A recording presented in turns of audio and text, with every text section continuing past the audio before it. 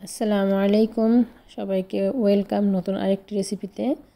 আজকে আপনাদের সাথে শেয়ার করব পুঁইশাক রান্না সবথেকে সহজ উপায়ে একদম কম মশলায় কিভাবে খুবই সহজেই পুঁইশাকটা রান্না করতে পারবেন সেটাই শেয়ার করব। পুঁইশাক তো অনেকেই খেয়ে থাকেন মাছ দিয়ে, আজকে কিন্তু কোনো মাছ দেব না, একদম শুধু আলু দিয়ে কিভাবে হালকা মশলায় রান্না করি সেটাই আপনাদের দেখাবো। এজন্য আমি এখানে কিছু পুঁইশাকের পাতা নিয়েছি, এগুলো ধুয়ে ভালো মতো পরিষ্কার করে কেটে নিয়েছি। আর এখানে পুঁইশাকের ডাঁটা নিয়েছি, সাথে কিছু আলু নিয়েছি। আর এখানে পেঁয়াজ, রসুন আর কাঁচামরিচ একসাথে কুচি করে রেখে দিয়েছি। এগুলোই হচ্ছে আমার মেন উপকরণ। রান্নার জন্য কড়াইতে তেল দিয়ে দিলাম। তেলটা একটু গরম হলে দিয়ে দিচ্ছি পেঁয়াজ, রসুন আর কাঁচামরিচ কুচি। এখন এগুলোকে একটু ভেজে নিব, কালারটা চেঞ্জ করে নিব আর কি, একদম বেরেস্তা করব না, একটু কালার চেঞ্জ হওয়া পর্যন্ত ভাজবো। যখন এরকম কালারটা চেঞ্জ হয়ে যাবে তখন আমি এর মধ্যে একটু পানি দিয়ে দেব আমি মশলা কষানোর জন্য। মশলার মধ্যে এখানে শুধুমাত্র আমি ইউজ করছি হলুদের গুঁড়ো 1/2 চামচের মতো, আর দিয়ে দিয়েছি স্বাদ মতো লবণ। এই দুইটাই হচ্ছে আমার মশলা। এখন আমি মশলাটাকে খুব ভালো মতো কষিয়ে নিব। হলুদটা হালকা দিয়েছি, তাতে করে শাকের কালারটা সুন্দর থাকবে, দেখতে ভালো লাগবে। সবুজ জিনিসে হলুদ কম দিলে কিন্তু সুন্দর লাগে দেখতে। মশলাটা যখন কষানো হয়ে যাবে, তেলটা উপরে ভেসে উঠবে, তখন আমি দিয়ে দিচ্ছি কুটে রাখা আলু আর শাকের ডাঁটাটা। এগুলো দিয়ে এখন খুব ভালো মতো কষিয়ে নিব। মশলার সাথে মিশিয়ে নিয়ে তারপরে আমি এটাকে সামান্য একটু পানি দিয়ে দিচ্ছি, যেহেতু মশলাটা লেগে যাচ্ছিলো কড়াইয়ের সাথে, তার জন্য। এখন খুব ভালো মতো মিশিয়ে নিয়ে তারপর আমি এটাকে ঢেকে এই আলু আর ডাঁটা প্রায় 90% সিদ্ধ হওয়া পর্যন্ত আমি এটাকে কষিয়ে নেব। তো আমি ঢেকে কষিয়ে নিচ্ছি, আর মাঝখানে 2-1 বার খুলে খুলে নেড়ে দেব। প্রায় 2-3 মিনিট পরে আমি একবার খুলে নিলাম। দেখেন ডাটা থেকে কিন্তু বেশ খানিকটা পানিও বের হয়েছে। তো আমি এখন এটাকে একটু নেড়ে দিচ্ছি, মিশিয়ে দিয়ে আবারও ঢেকে দিব। ঢেকে আরও 2-3 মিনিটের মতো কষিয়ে নিব, যেন এটা একটু সেদ্ধ হয়ে যায় সেরকম আর কি।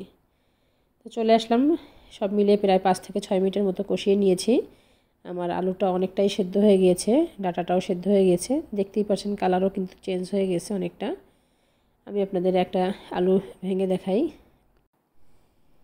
এই যে দেখেন, একটা আলু মাঝখান থেকে চাপ দিলাম, এমনি যেভাবেই ভেঙে গেছে, প্রায় 90% সেদ্ধ হয়ে গেছে। এই সময় আমি দিয়ে দিচ্ছি শাকগুলো ছোট ছোট করে কেটে ধুয়ে পরিষ্কার করে রেখেছিলাম, পানি ঝরিয়ে রেখেছিলাম।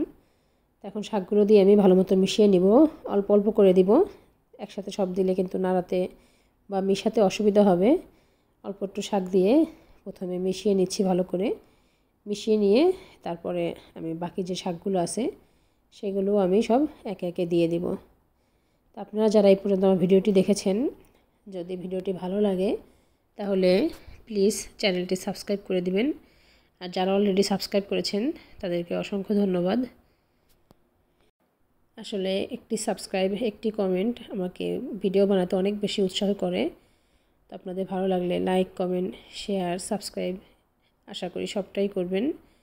তো যাই হোক, শাকগুলো সব দিয়েছি কিন্তু আমি এর মধ্যে দিয়ে এখন আমি ঢেকে এটাকে একটু 5 মিনিটের মতো রান্না করে নেব।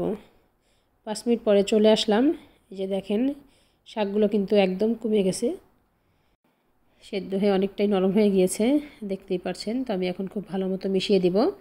আমি কিন্তু কোনো পানি দিইনি এখন পর্যন্ত, পানি দেবও না। শাক থেকে কিন্তু অনেকটাই পানি বের হয়েছে, দেখতেই পাচ্ছেন। তো আমি ভালো মতো মিশিয়ে নিচ্ছি, মিশিয়ে নিয়ে আমি ঢেকে শাকটা সেদ্ধ হয়ে যাওয়া পর্যন্ত রান্না করব। আমি কিন্তু মাঝখানে 2-1 বার ঢাকনা খুলে নেড়ে নিয়েছিলাম। বারবার একটু নেড়ে চেড়ে দিলে আসলে সব দিক থেকে ভালো মতো সিদ্ধ হয়। তো বারবার নেড়ে দিয়েছিলাম 2-1 বার। এখন এই যে আমার রান্নাটা কিন্তু কমপ্লিট। দেখেন আলুও সেদ্ধ হয়ে গেছে, আর দেখেন ডাঁটাও সেদ্ধ হয়ে গেছে, সব কিছুই খুব ভালো মতো সেদ্ধ হয়ে গিয়েছে। আমি কিন্তু এখন রান্নাটা কমপ্লিট, চুলাটা বন্ধ করে দিলাম। তো এই যে চলে আসলাম, দেখেন মজাদার পুঁইশাক রান্না।